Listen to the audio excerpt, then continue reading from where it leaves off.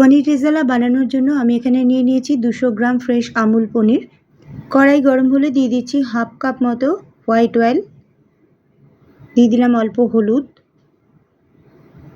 এখানে একটা মশলা পেস্ট বানিয়ে নিচ্ছি, তার জন্য 2 টেবিল স্পুন পোস্ত, 2 টেবিল স্পুন কাজু, 1 টেবিল স্পুন হচ্ছে কিশমিশ আর 2-3টে কাঁচা লঙ্কা আর অল্প জল দিয়ে আমি একটা মশলা পেস্ট বানিয়ে নিলাম।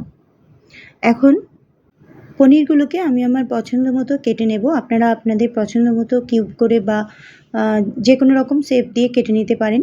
আমি এখানে সরু লম্বা টাইপের একটা শেপ দিয়ে এটাকে কাটছি। এইভাবে কেটে নিলে দেখতে একটু অন্যরকম লাগবে, রোজকার যে পনির রান্নার মতো লাগবে না, এই জন্য আমি একটু আলাদা রকম করে কাটলাম। পনিরগুলোকে তেলের উপর এপিট ওপিট করে হালকা করে ভেজে নেব। আমি খুব বেশিক্ষণ ভাজবো না, তাহলে শক্ত হয়ে যাবে। আর পনির ভাজা হয়ে গেলে অবশ্যই করে গরম জলে লবণ দিয়ে তার মধ্যে রেখে দিলে কিন্তু পনিরটা খুব সফট থাকবে। এখন পনিরগুলো হালকা ভাজা হয়ে গেছে, আমি এটাকে একটা পাত্রে তুলে লবণ জলে ভিজিয়ে রাখছি। এখানে ওই একই তেলে গোটা গরম মশলা একটু হামালদিস্তায় থেতো করে দিয়ে দিলাম, আর ওই যে মশলা পেস্টটা আমি বানিয়ে রেখেছিলাম সেটা দিয়ে দিলাম।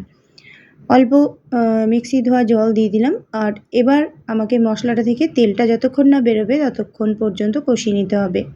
হালকা তেল বেরিয়ে এলে দিয়ে দিলাম পনির মশলা, লবণ, হলুদ। আমি এখানে কাশ্মীরি রেড চিলি পাউডার ব্যবহার করব না।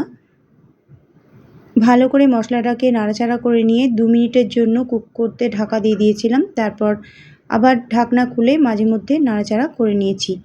এভাবে নাড়াচাড়া করে না নিলে কিন্তু কাজু দেওয়া আছে, তলায় লেগে যেতে পারে। তো এরপর আমি ভাজা পনিরগুলো এই গ্রেভির মধ্যে দিয়ে দিলাম। অল্প নাড়াচাড়া করে সামান্য পরিমাণে একটু জল অ্যাড করে দিলাম। আর সামান্য খুবই যেরকম আপনারা গ্রেভি রাখবেন সেরকম আন্দাজ অনুযায়ী জল অ্যাড করে দেবেন, তাহলেই তৈরি হয়ে যাবে পনির রেজালা।